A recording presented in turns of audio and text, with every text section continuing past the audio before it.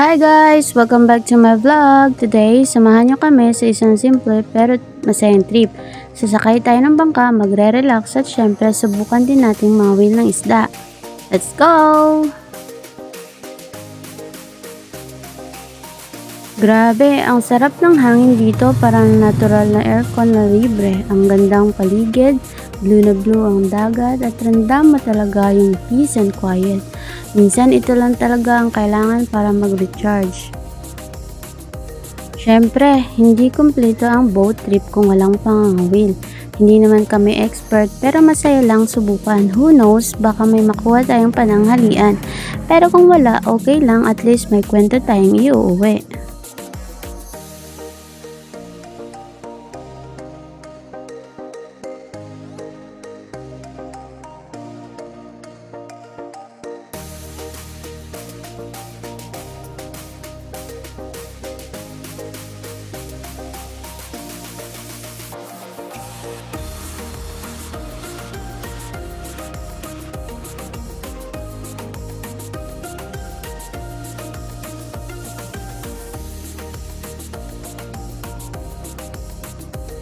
At ayan na nga, may huli na rin tayo sa wakas. May pang-ulam na tayo.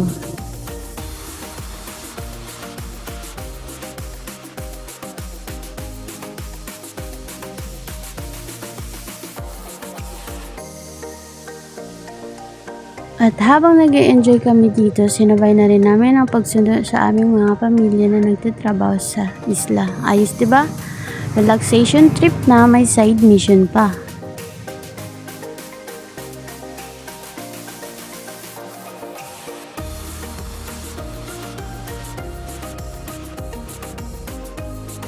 Sobrang ganda talaga ng aming napuntahan guys. Sobrang nakaka-relax. Ang sarap tumambay dito.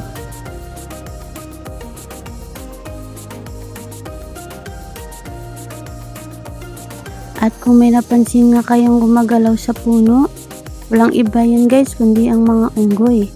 Marami palang unggoy sa isla na yan. At marami kami nakita dyan. At bago nga kami umuwi ay pinasakay muna namin itong aking anak at kasama ang kanyang mami.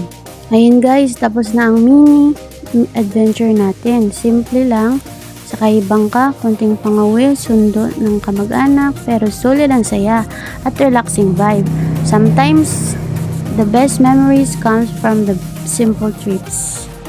Kung nagustuhan nyo itong chill vlog, don't forget to like, share, and subscribe. Kita-kits ulit sa susunod. Bye!